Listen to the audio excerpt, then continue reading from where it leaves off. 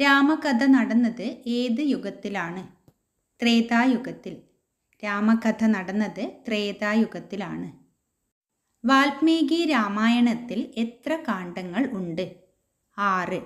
വാൽമീകി രാമായണത്തിൽ 6 കാണ്ഡങ്ങളാണ് ഉള്ളത്.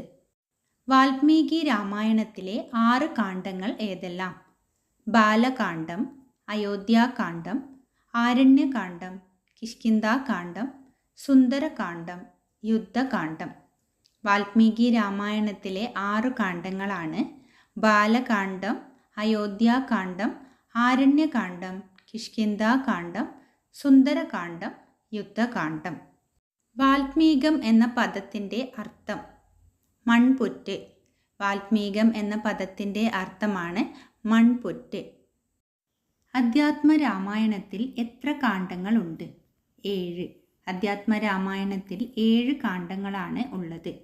അധ്യാത്മരാമായണത്തിലെ 7 കാണ്ഡങ്ങൾ ഏതെല്ലാം? ബാലകാണ്ഡം, അയോധ്യാകാണ്ഡം, ആരണ്യകാണ്ഡം, കിഷ്കിന്ധാകാണ്ഡം, സുന്ദരകാണ്ഡം, യുദ്ധകാണ്ഡം, ഉത്തരകാണ്ഡം. അധ്യാത്മരാമായണത്തിലെ 7 കാണ്ഡങ്ങളാണ് ബാലകാണ്ഡം, അയോധ്യാകാണ്ഡം, ആരണ്യകാണ്ഡം, കിഷ്കിന്ധാകാണ്ഡം, സുന്ദരകാണ്ഡം, യുദ്ധകാണ്ഡം, ഉത്തരകാണ്ഡം. താപസശ്രേഷ്ഠനായ ഗൗതമമുനിയുടെ ഭാര്യ? അഹല്യ. താപസശ്രേഷ്ഠനായ ഗൗതമമുനിയുടെ ഭാര്യയാണ് അഹല്യ.